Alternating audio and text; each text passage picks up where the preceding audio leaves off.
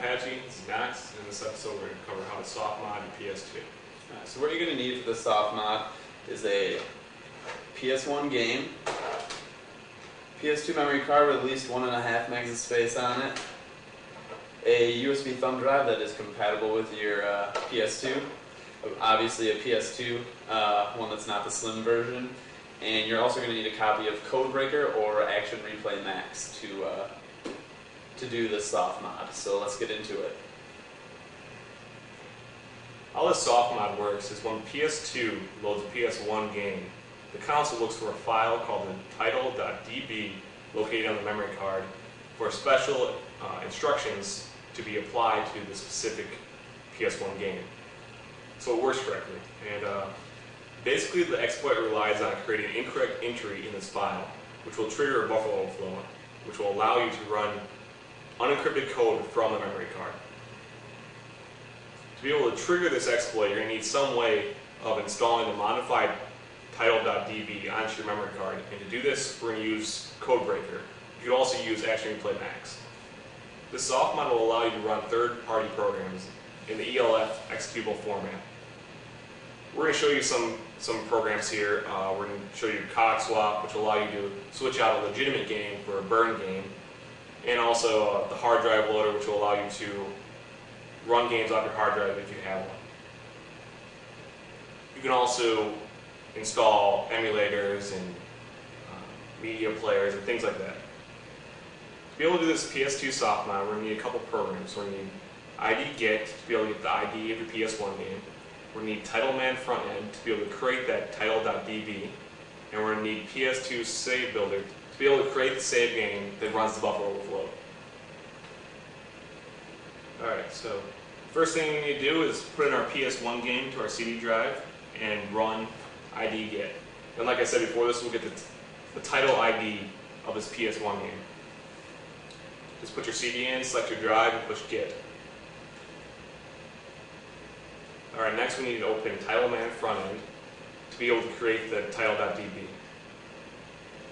Just open it up here, push OK, and select Create title.db. And this will just create it in the same folder that the program's in. And then we need to select our prefix from the drop-down menu, and then add those 5 digits there that are the ID of your PS1 game. And then we'll add that to the title.database.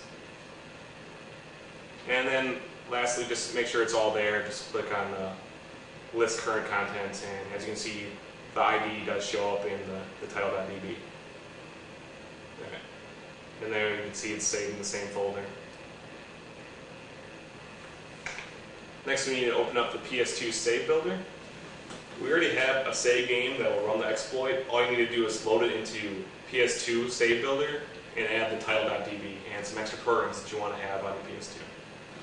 So just go to Open and go to the folder where you have that save game stored at. Alright, once you have it loaded, you'll see a whole bunch of files pop up. And you also want to make sure that your root/ID is correct. Basically, if you have an NTSC PS2, like if you're in the United States or Japan, you want the root to be BA data-system. But if you have a PAL PS2, if you live anywhere else besides the United States or Japan, you want to have the root equal to BE data/system. Next, we want to add our title.db.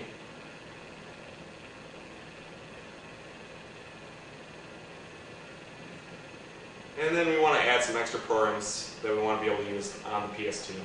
Alright, the first program we're going to add is CogSwap Loader. This will basically allow us to switch out a normal PS2 game for a burn game. And then we want to add the hard drive loader. This will allow us to load games off your hard drive if you have one. And also we want to add the server that will run on the PS2 to allow you to upload games to your PS2. And we're going to use the server version 0.8.5. Seems to work better than the older version. Alright, now you can see all the files listed there. And all we need to do is go to File, Save As, and just save it to your desktop or whatever.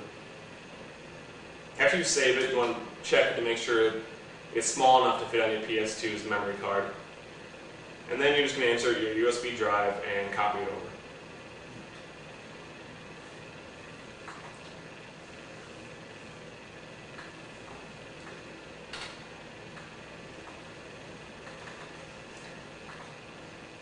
Alright.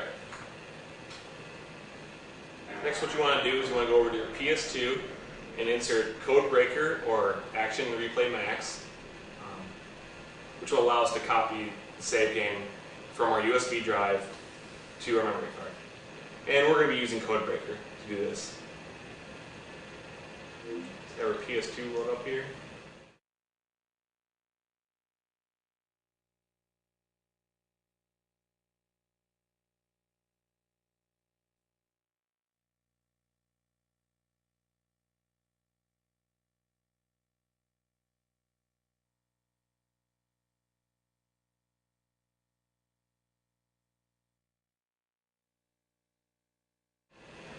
Alright, once it's loaded up, you just want to select Device Manager.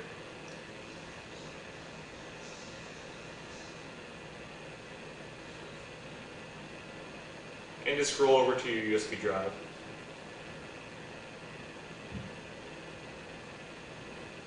Then you want to select your system configuration, which is your save game that will run the exploit. Just push X to select it, triangle to copy it. And then just select your memory card.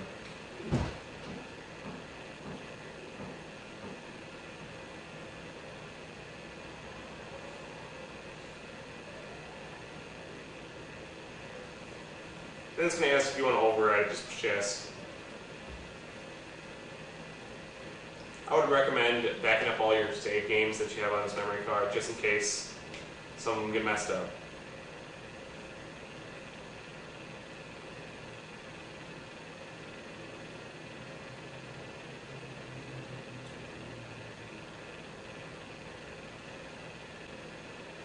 Alright, now that we have that modified save game copied over to our memory card, we can go ahead and boot up the PS1 game. For this one, we use Grand Theft Auto. And what it's going to do when this boots up, it's going to check for that save game on the memory card, and it's going to load it, and it's going to run the exploit. Alright, for the Softmod, we use Launcher ELF. There's multiple programs out there like PS2 menu. This is just the one we use because it's very quick. Alright, first you're going to need to configure it. Just push select when it first boots up. And you're just going to configure some hotkeys. So when you push like circle, it'll run a certain program. Alright, and the first one, the MC0, is your memory card in the first slot. Let's go to the folder in there. And here's the 3 programs we put on our memory card. And the first one we're just going to select is the cog swap loader, the CSL. And after we do that, we're just going to go down to the next button, which is X. And we're going to select the hard drive loader server. And then we're going to go down to square, and we're going to select the hard drive loader program. This just makes it easier to run programs, so you don't have to go find the programs on your memory card every single time. And one more program we're going to put on there, which comes with the exploit, is the file browser. This will allow you to browse through all the files on your memory card and your hard drive. Just scroll down to miscellaneous and select the first one, file browser. Alright, now we just want to scroll down to OK, and this will save our configuration. Alright, now we're ready to select a program.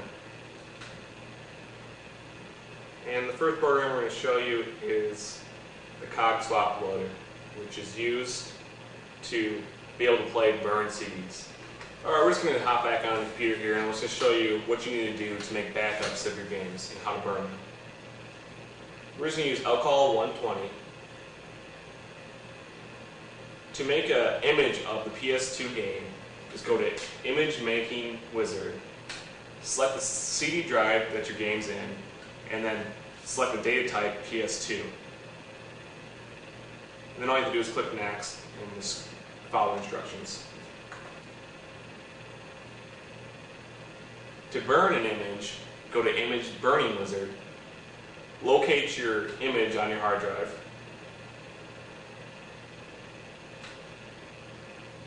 and just push Next. And then select the data type PS2.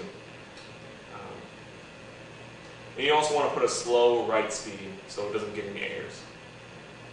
And that's basically how you burn CDs. Alright, we're going to switch back to our PS2 here, and we're going to show you how to use Cogswap. The hotkey we have set for it right now is circle, so just push circle and it'll boot up. Alright. Now you want to take out your PS1 game and put in a legitimate PS2 game. And you want to put in a PS2 game that has a large table of contents. So like a newer game that has a lot of files on it. This way it won't have any problems loading other games. Alright, and then Cogswap will recognize it's a PS2 game. All I have to do is push X. Now we need to use some sort of tool to open up the CD tray. We made a video earlier, and I'm just going to switch over to right now and explain the reason for this. Alright, I have my PS2 taken apart here, and I'm going to show you the purpose of the card slide. Normally, if you try to open the CD tray, it'll just get stuck, and if you force it, it's going to break. So you need some type of tool, like the card slide, to unlock that locking mechanism. However, the card slide is completely unnecessary. You can use a whole bunch of tools. You can even make your own. And I'll show you what it does. I'm just going to take out the top of the CD tray here, and you can see here's the tray here and the laser. Going to take out the tray, and you'll be able to see the locking mechanism.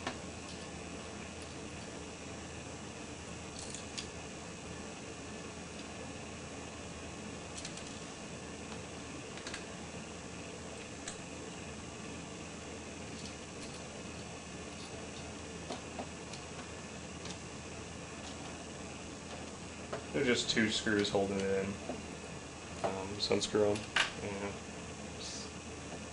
you can lift up the left side of the tray, and then the other side has to slide out. Alright, and the locking mechanism is right here. And I'm going to zoom in here. Alright, and you can see, I lift it up, it's a little notch that comes out.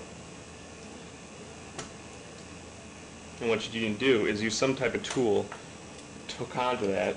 I have my short hook lock pick right here. You can use this, or you can use the card slide, or maybe an old library card that you cut out and give it a hook or whatever. And you just need to catch it, the little notch that's hanging out there, and push it over to the right. And as you can see, the laser and the motor that spins the CD drops down. This will allow the CD tray to slide out and to put in a different CD, and then you can slide it back in. But once you slide the tray back in, you have to lift back up the laser and all the stuff down there.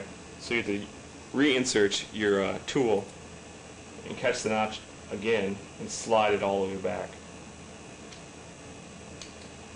And that's how you switch out a CD. And I'll show you that in action here. Just put this back on.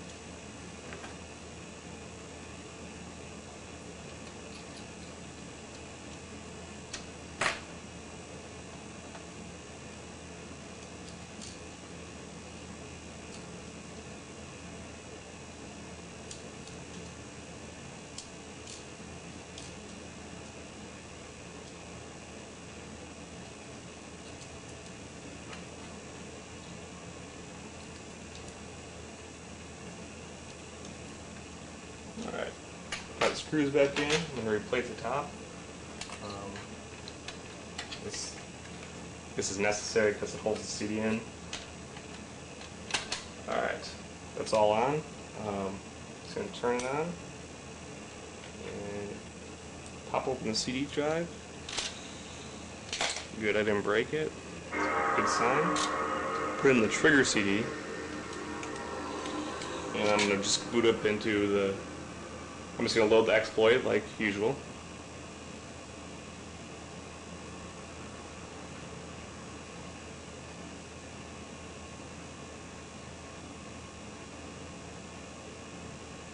And I'm going to launch the cog swap. And I'm going to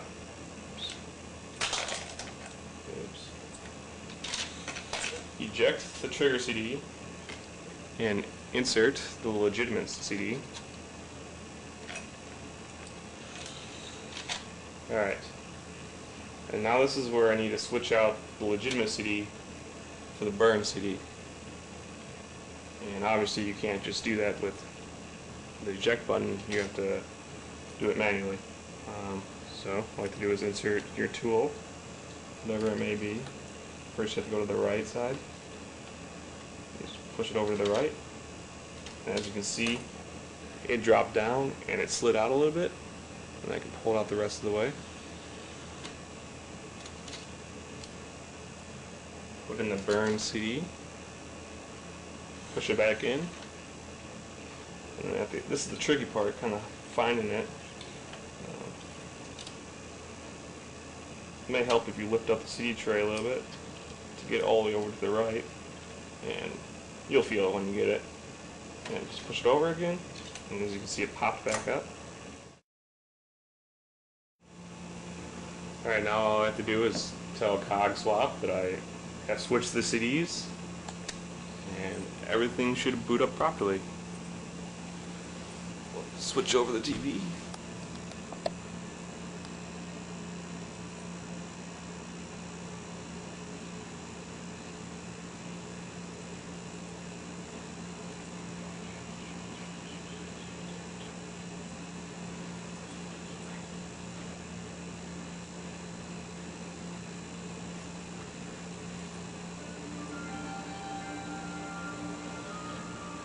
And there you go.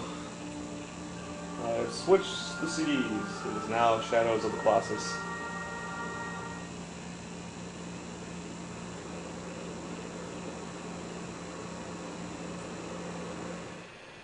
Alright, I'm just going to show you that once again with the PS2 all put back together. If you're using like a lock pit or some other type of tool besides the card slide, you're probably going to want to pop off this little piece of plastic that goes in front of the CD tray. It's pretty easy, just kind of tug on it. Just going to use the same method as before.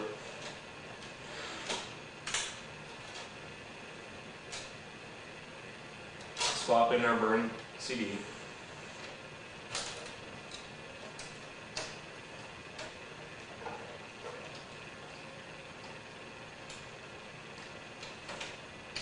Alright. And then just press X.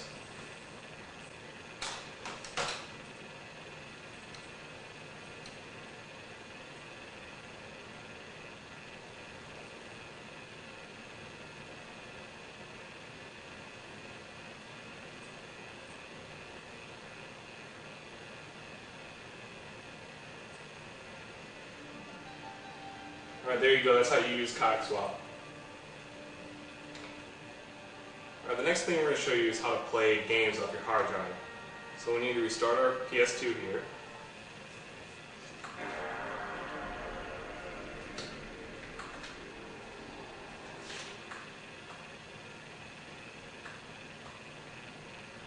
And once it boots back up, you want to select the HD LD _ SVR, which is the hard drive loader server.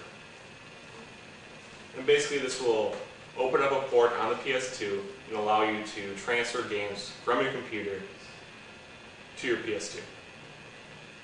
Alright, and once it's up and running, it'll tell you what IP address it has, and by default it's going to use 192.168.1.23.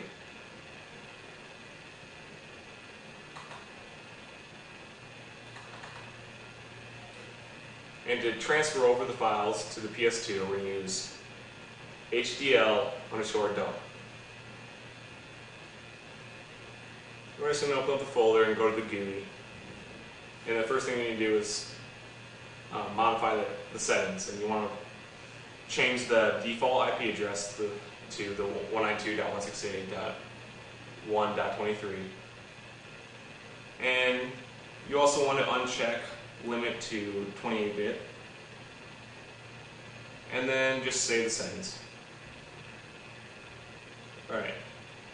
There's a couple things you can do. You can put in a CD into your computer and then copy the contents of that CD to your hard drive. You can copy an ISO image from your hard drive to your PS2. It also allows you to create an ISO image from a CD that you have in your computer. Another program you can use to do that is DVD Decryptor. You don't want to use LCAL 120 if you're going to be transferring to your hard drive because it doesn't create ISO files. It creates different CD images. Alright, we're going to select the option to send an ISO to the PS2. Then you're just going to locate the image on your hard drive.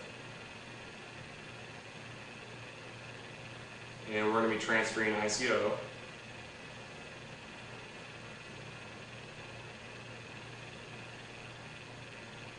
You just want to give it a name, just the title of the game, whatever. And then you just want to start it. And it may take a couple minutes depending on the size. Alright, so we have the PS2 here running with the hard drive server loader behind us. And one thing to notice is that the IP address is always going to be the same for the PS2 no matter what network you're on. It does not use DHCP to grab an IP address, so it's always going to be set to the 192.168.1.23. So either you have to have a computer that's on the same subnet, or you have to set up your computer to be on the same subnet so you can make a connection to your PS2. So right now we have it set up via a crossover cable, but you also, if you're on a switch, you can do it this way too. So we're going to show you how to manually set your IP address to make sure that you're on the same subnet so you can transfer those files over to your PS2. Alright, so what we're going to do, as you can see, we already have it currently set up on the proper subnet with a 192.168.1 address. For us, we have .4.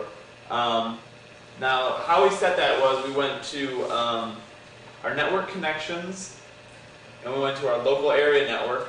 Go down to properties, go down to TCP/IP, Internet Protocol, select properties, and here it allows you to manually set your IP address and your subnet mask. As you can see, we set ours to 1.4. As long as you have a 192.168.1. something address, you'll be able to communicate with your PS2. Alright, looks like our file's all done transferring. One thing to note is to make sure that the game that you did copy over is compatible with the hard drive loader. You can do a quick Google search for a compatibility list and just make sure that it's on that list. And if it's on there, you should be good to go.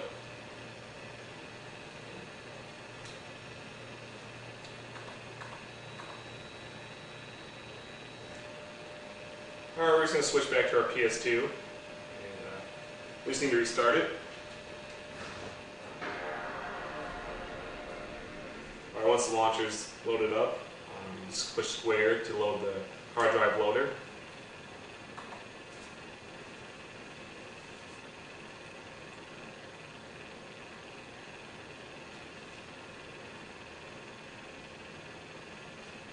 And all you need to do is select your game. We only have one there, so we'll just push X to play it. And if everything went right, it should load.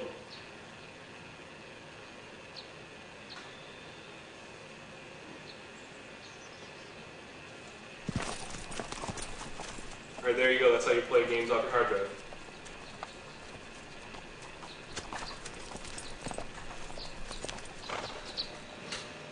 Alright, we just showed you a few programs to be able to play backup games on your Softmod PS2. There's many different programs you can upload to your PS2. emulators, media players, and stuff like that. Well, that's it for this episode of Full Disclosure from AffinityExist.com. I'm Knox, this is Patch. See you guys next time.